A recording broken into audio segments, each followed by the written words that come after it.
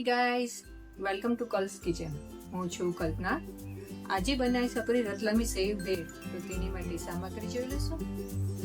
1 cup Ratlami સેવ, છીણેલી કાકડી, ઝીણી સમારેલી ડુંગળી, ઝીણી સમારેલું ટામેટું, ટોમેટો કેચઅપ, મરચું પાવડર, ચાટ મસાલો, લીલા ધાણા, મસાલા સિંગ, ચીઝ ક્યુબ.